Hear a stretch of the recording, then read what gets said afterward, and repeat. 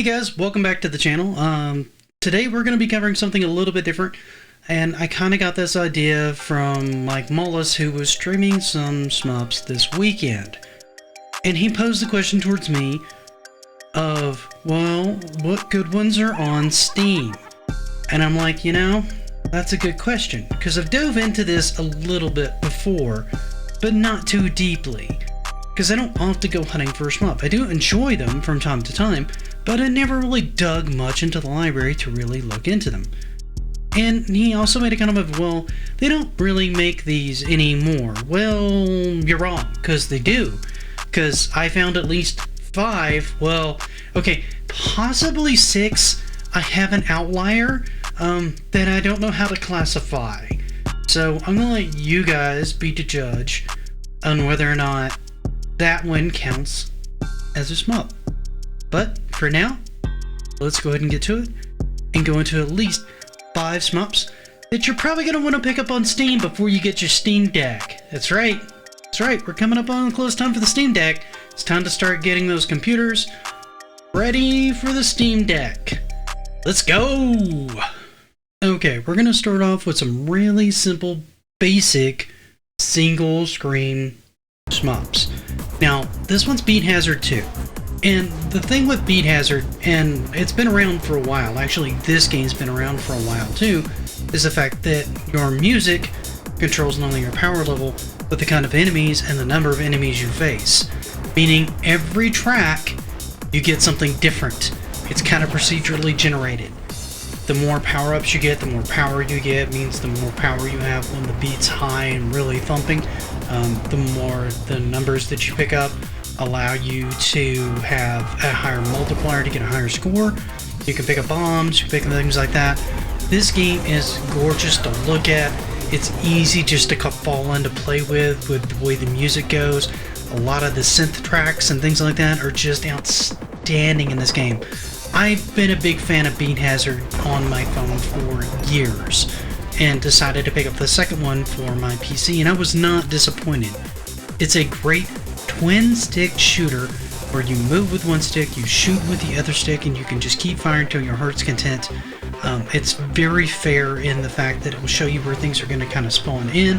You can maneuver and position yourself to where you can take these things out. It's a ton of fun to play. This one links in, I want to say, Spotify, YouTube, and a couple of other applications. So the number of tracks and the replay value on this is astronomically high if you're into the base game mode. And each track that you play tends to unlock the option to be able to buy a new fighter, which gives you new ways to play the game. Each ship feels a little bit different. Some are really big, some are small, some move kind of strangely, some kind of collide very quickly, some move at a more methodical pace. It's up to you to pick out which ship that you like the best and continue playing to the beat.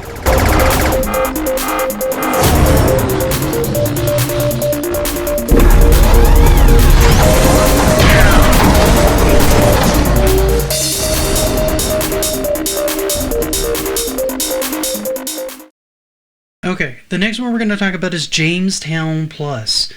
Now, I think I heard about this one a while back. I want to say it was like Cyrus Martin that mentioned this one to me in passing, or he was talking to John, and I went out and looked it up. Now, this is a pixel shooter in the vein of like old school shooters. One hit will pretty much completely take you out. You have a number of lives and a number of continues to be able to make it through the stage, and it's sort of like Wild West meets Mars.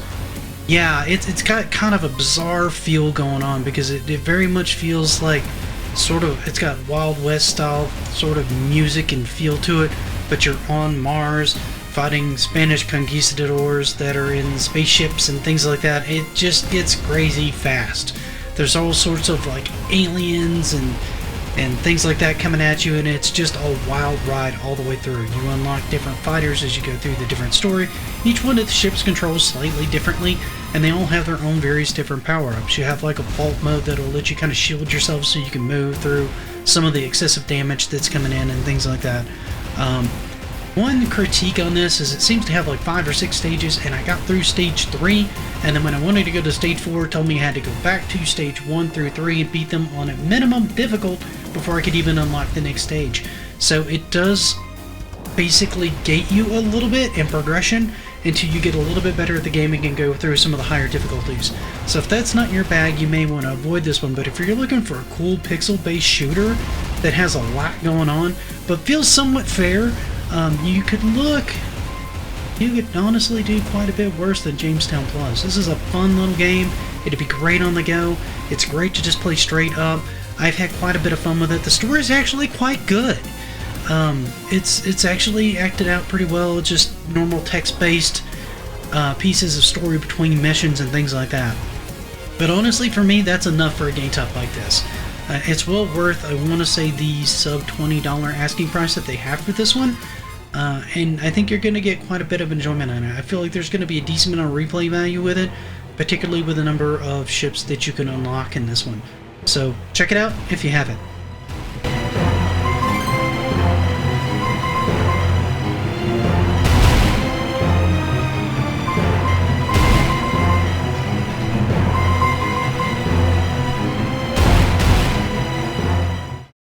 Okay, I know what some of you guys are saying. You're going, those are easy. Those are so slow, and they give you multiple lives, and there's not that much going on. Okay, I got one for you. Crimson Clover World Explosion. All I can say is this one's a bullet hell.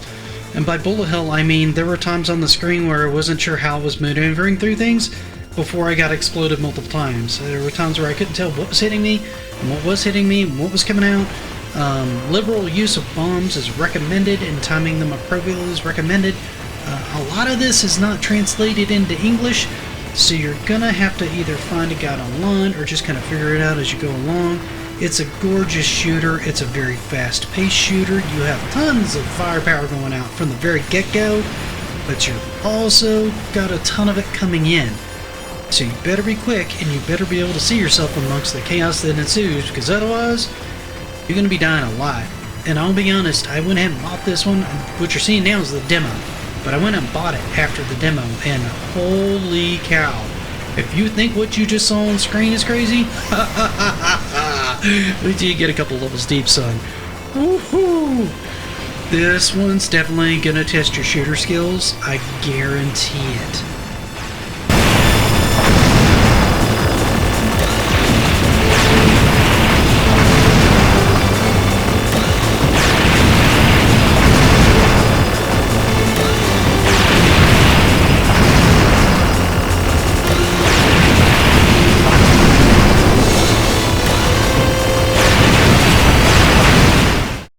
Now the next one we're going to talk up's a lot more slower. It's a little bit slower and way more paced.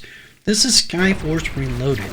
Now this one's based on more of a progression system than anything else. When you start out, you're actually really weak, and you're probably not going to get super far in it.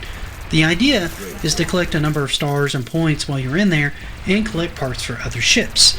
That's right, there's multiple ships in this one that you can get just by grabbing various different parts that appear in the various different stages. There's still a ship in this one that I've not gotten, and I've put like 40 hours into the game. That tells you how much stuff is in there and how hard it gets to actually get some of these as you go along. Some of them have increased firepower, some of them have increased durability, some have increased speed, some heal more effectively, and others are just really lucky, meaning you stand a better chance of getting things like parts, etc. and stuff like that when you use them. But the downside is they have almost no health, which means if you get breathed on, you're probably going to die.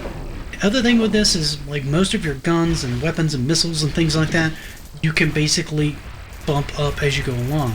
Now there are specific challenges like save all the humans, kill all the enemies, go through without getting hit, etc, etc, etc. There's usually 4 or 5, and there's multiple different difficulties. There's like an average, a hard, a very hard, and then like a new level that opens up after you beat the game called Insane, which is basically exactly what it says it is. This game actually kind of limits your progression to where you have to do a certain number of achievements in the levels before you can unlock the next stage. It's normally not that bad to do, particularly if you're kind of a little bit of an achievement hunter and a little bit of a goal hunter. You'll find yourself going back to the other stages, getting parts for new ships, unlocking and upgrading your actual ship that you're using, whatever your favorite one is. Mine was actually the Beast ship. I found it the most well balanced out of all of them. I tended to use the Lucky Strike one occasionally, one because it looked really cool, and 2, it gave me a larger opportunity to find other parts. There are achievements for going through and beating every stage with every vehicle craft time, which I am a long ways from doing, and I've put tons of time into this one. If you're looking for one that has a pretty good progression path and avenues for you to be able to kind of upgrade your ship and gain more power and feel like your ship's getting stronger or your skills getting better, I'd actually highly recommend you take a look at Skyforce Reloaded. It might just be up your alley.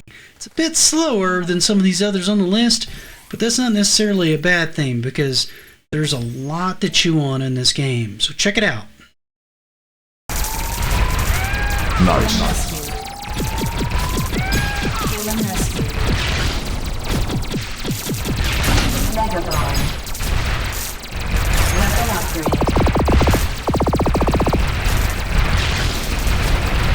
Good.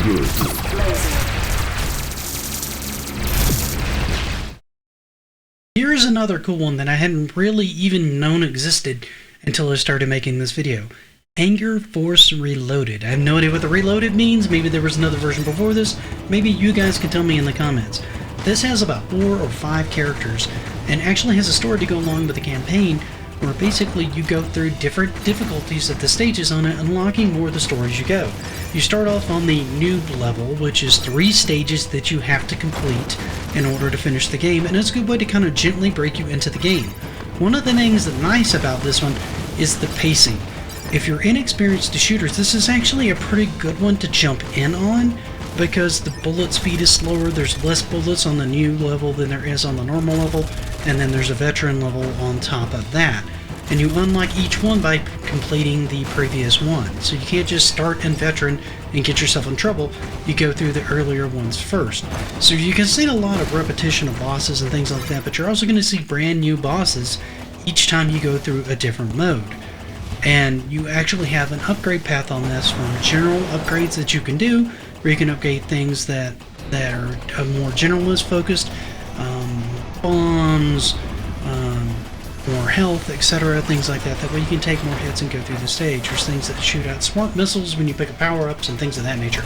But then each one of the actual vehicles or characters have their own specific power-ups that are unique to them that you can also upgrade to kind of give you a better chance to be able to make it through some of the stages. Because as you start getting into later stages, particularly veteran, there's been certain scenarios where I've kind of been at a loss as to how to kind of power through certain sections of it because the bullet density gets so high that I'm not really sure how I'm supposed to get through it and not get hit, which adds to the challenge on it. But for the most part, I feel like this one's pretty approachable. I've gotten to stage 6 of 7 on veteran mode on this one so far, so I've seen most of Echo's story, who's quite frankly the glass cannon of the troop, but she has a skill set that I like, and she was the first one I gravitated towards.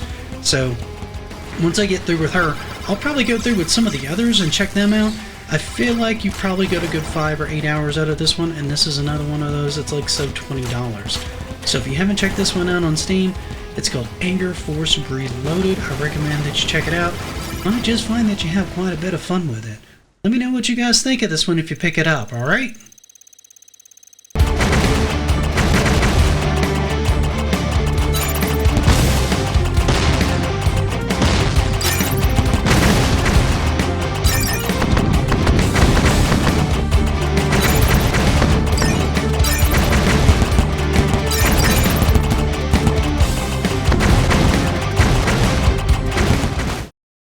Here's a bonus one for you guys that I honestly had no idea how to classify this, where to classify this, what this is, how it works. It's an oddity, okay? It came up when I was looking for SCHMUPS on the Steam store, so I'm putting it in this video. You guys are going to have to tell me if you think this is a shoot 'em up or not. This one's called Octogeddon. You heard that right. Octogeddon. This is by the same guys that did Plants vs. Zombies, okay? So it's got a pretty simplistic playstyle where basically you play an octopus that seems to be triggered by everything on YouTube. Sounds kind of like a normal YouTuber to me. His first mission, he gets really angry because he watches a YouTube video and the guy is making sushi out of octopus. And so he sees him cutting the tentacle, goes and gets completely lit and decides to go to New York City and destroy the Statue of Liberty. So You start out on your journey and you start it with only 2 tentacles, which seems weird for an octopus because they generally have 8. That comes into play later. All you can do is rotate the guy left and right, can't move up and down, back and forward. So you have to rotate the character in such a way that you can hit everything that's coming at you. As you go along, you get more and more strands of DNA. That's right, this guy's basically a mutant.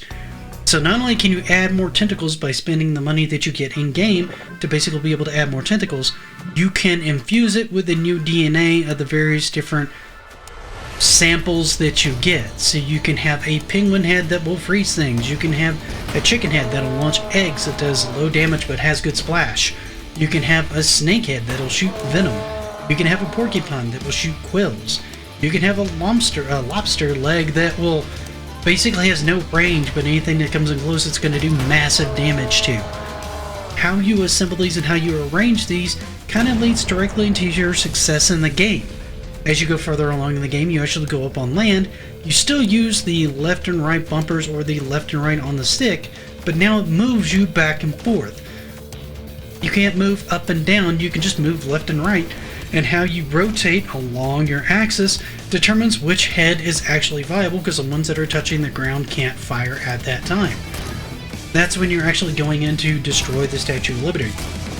After that, there's like the Sydney Amphitheater, and then there's one in Tokyo, and basically the basis is each time you run through, you're going to have a run, you're going to try to go through and destroy a certain amount of things, and see how far you can actually get. Each time he goes on a new mission, it's led with a cutscene that you'll see the first time, where he finds another video that basically triggers him yet again, and then he'll take off on his next mission. At the end of each run, you'll have an opportunity to spend some unique currency that you earn in the game in the way of shells. These shells can be used to purchase new DNA strands, new slots in the laboratory, so that when you actually do your rotation, because each piece that pops up whenever you get a chance to go into the store is randomized. So you can have more slots, so you have more options on more types of DNA that you can actually pick up and apply at any given time. So there's all sorts of things like that you can get. You can even get helpers like a blowfish or pufferfish that will blow up really big and hit tons of enemies on the screen and will follow you along through the stage. They have timed power-ups when you use them. They go dead for a little while, and then they'll power up again and you can use them again. It's really zany, it's really goofy, it's actually quite a bit of fun, and it's less than $9 on the Steam store. If you're into something that has more of a simplistic approach to gameplay, and you like how goofy and crazy this looks, I highly recommend you pick this up and give it a go. If nothing else, just to have a laugh at a mutated octopus that goes to destroy New York City. If that doesn't say you, then I don't know what you consider fun. I couldn't resist it. I've had a lot of fun with it. I think it's a great addition to your Steam library.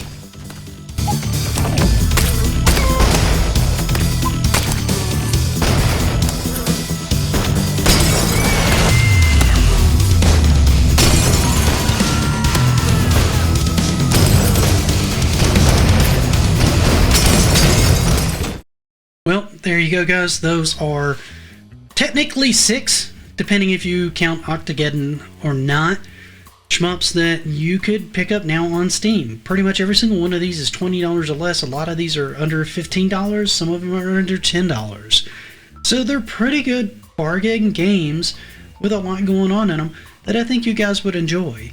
Let me know what you guys think in the comments of these. Let me know if you're considering picking any of them up. Do you have any of them already, and what do you think of them? As always, thank you for watching. Have a good day. Happy gaming.